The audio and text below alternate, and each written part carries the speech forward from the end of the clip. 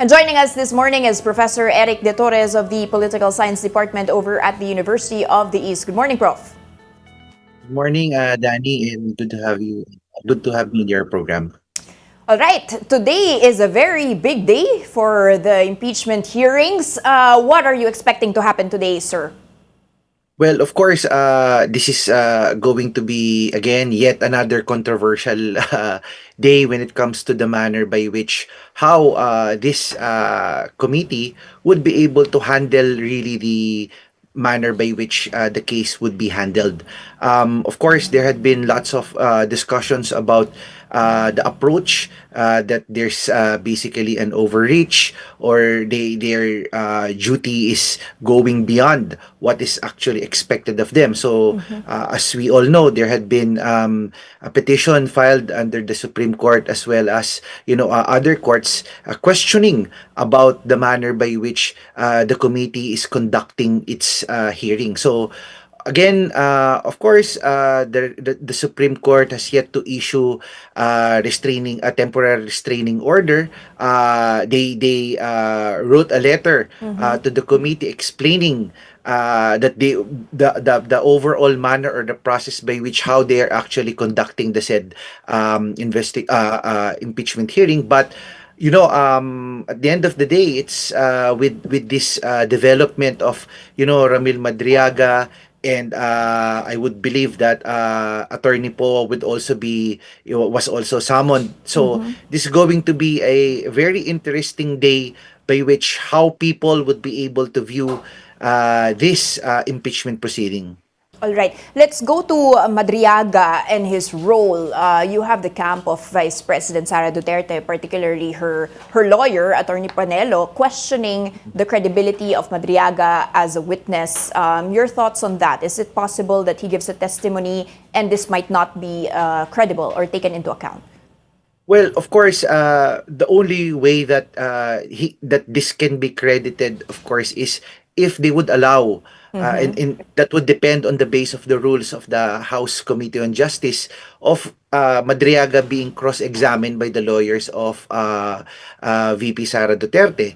But if it's going to be a unilateral statement or a unilateral approach wherein Madriaga would just be providing his statement and the rebuttal will be coming from, or the questioning will be coming from these lawmakers and none coming from the camp of VP Sara. So I think it's gonna be there's really a lot of question in terms of the manner by which the narrative would be framed. Okay. Would it be politically or legally beneficial for the vice president to show up? So far, she has not been participating, no?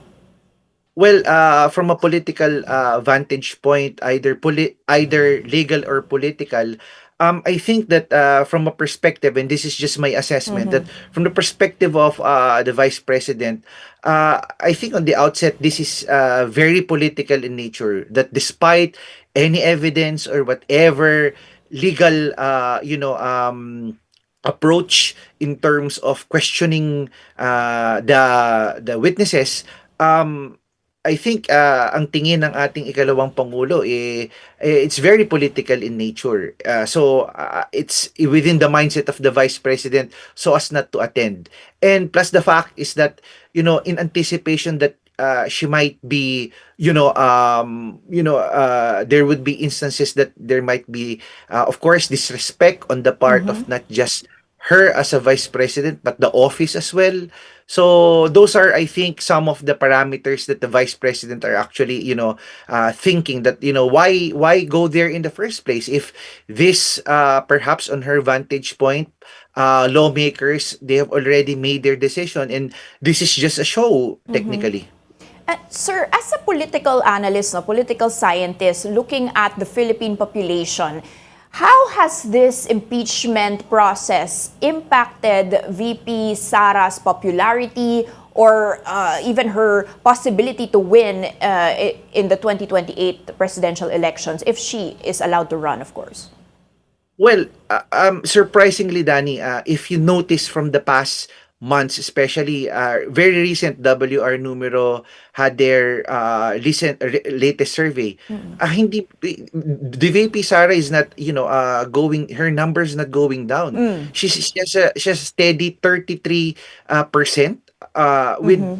with of course the camp of President BBM and other allies, so to speak, with the marginal 23 to 12% with the others. So in terms of impact, we could relatively say that this is the VP has a steady numbers. Now, I think that the biggest challenge of her presidency, or her road to the presidency, is this impeachment trial in front of her. So I think in my forecast, or in my assessment, should she survive this impeachment trial, um, I think without any consolidation on the part of the opposition or either administration, then she's really going to be very difficult to Mm. to lose in terms of this upcoming elections. Secondly, Danny, I would like to say that everything has been a governance issue. So, for example, VP Sara doesn't have to do anything because the allegations in front of her has something to do with, the manner by which she spend the, confidential funds. Mm. But everything that we're experiencing right now is a governance issue of, the failure or the lack of response of the government to this crisis. Tama. Mm. So as part of that, and she's not even part of the administration. So Mm. in its strictest sense, she doesn't have to do anything. And the negative criticisms basically is now being, absorbed by the administration. So it's really about a Very governance interesting. issue. And Mm. this is a separate issue with regard to how the vice president would be able to survive this impeachment trial. So is that the reason why her supporters remain very sticky? Prof, can you give us more flavor on that? Why does she have such loyal supporters regardless of anything thrown her way? Yeah, very good question. Well, of course, it's the Duterte branding. So, President Rodrigo Duterte was able to successfully convert that Duterte, the numbers of PRRD to the Duterte brand, which is now, VP Sara. And if you notice, and we go back, and if we backtrack basically the numbers of when the Uniteam was, very Mm. much, solid back then, you can relatively see that the numbers of the president and the numbers of VP Sara were actually not really that far.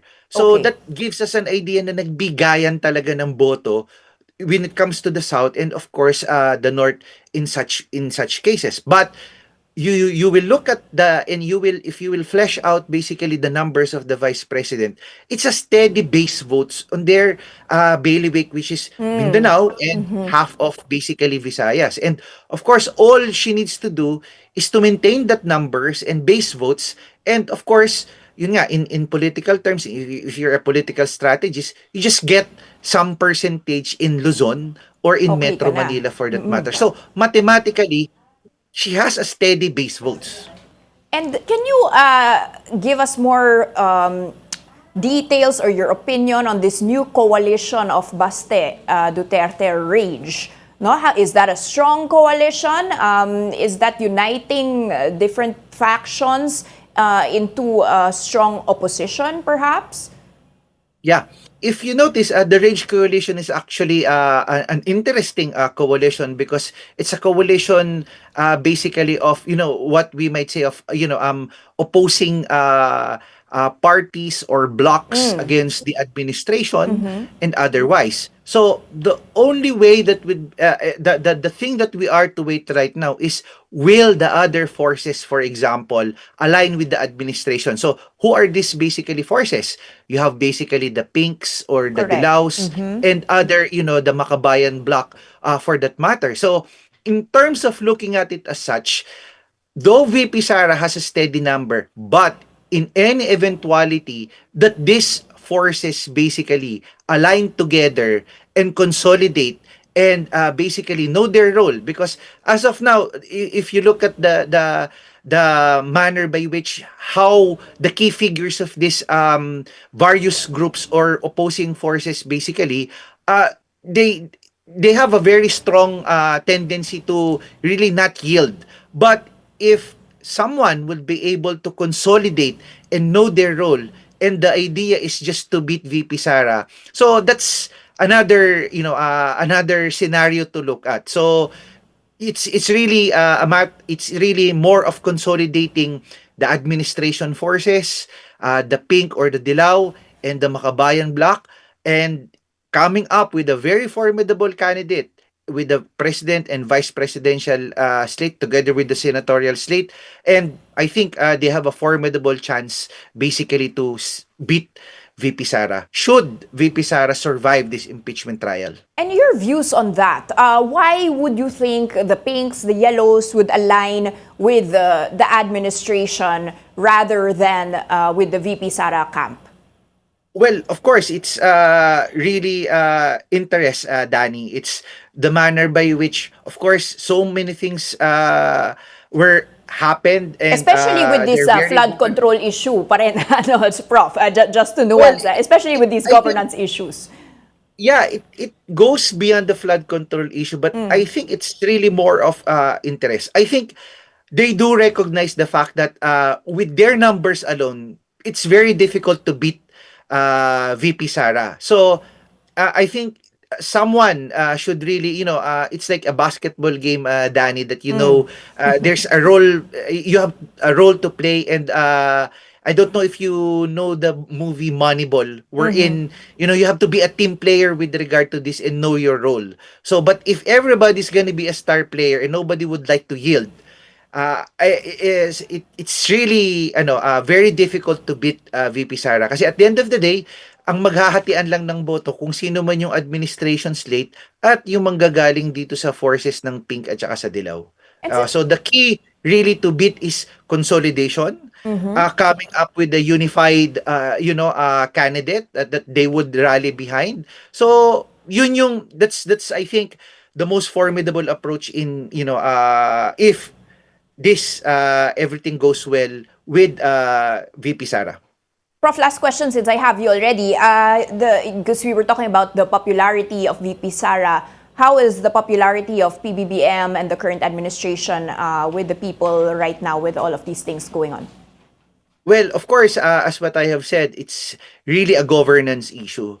So beyond the rhetorics, I think beyond basically this approach, you have the government or this administration needs to be very responsive, especially with the crisis in front of us. So it already snowballed into various, challenges with food security, economic as well. So nagsanga-sanga na siya eh. At the end of the day, if you notice the figures of the president, his numbers are, slowly declining. So again, it's really a governance issue.